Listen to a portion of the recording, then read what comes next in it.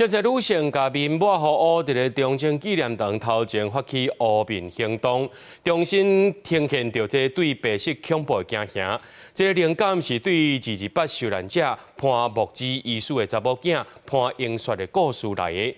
這個行動是50多個民間團體做伙來發起，還有政府甲5月19白色恐怖記憶日定做這國定假日，繼續來推動轉型正義。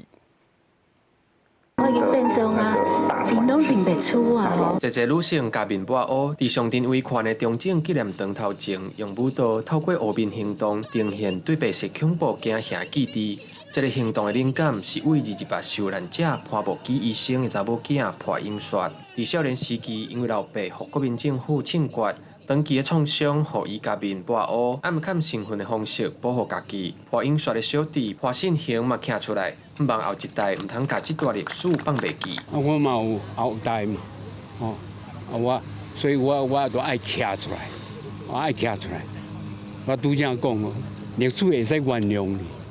袂使袂記。現場嘛有受難者黃文強醫生的查某囝黃春蘭出來做見證，伊講希望愈濟人了解政治受難者所經歷的歷史傷痕。那我希望越多人了解，然後他們比較能夠理解為什麼受難家族都經過這麼久了，講起來還憤恨難平。黃文強是高雄路德頭一個齒科醫生，佇1952年互人逮捕，尾啊，互國民政府槍決。那這擺污面行動是50外個民團共同發起的，都是希望社會看到維權時期唔那男性受害，有真儕女性同款受到白色恐怖的迫害，煞無聽到因的聲音。有一群女性的身影和故事，長期被消失、被漠視。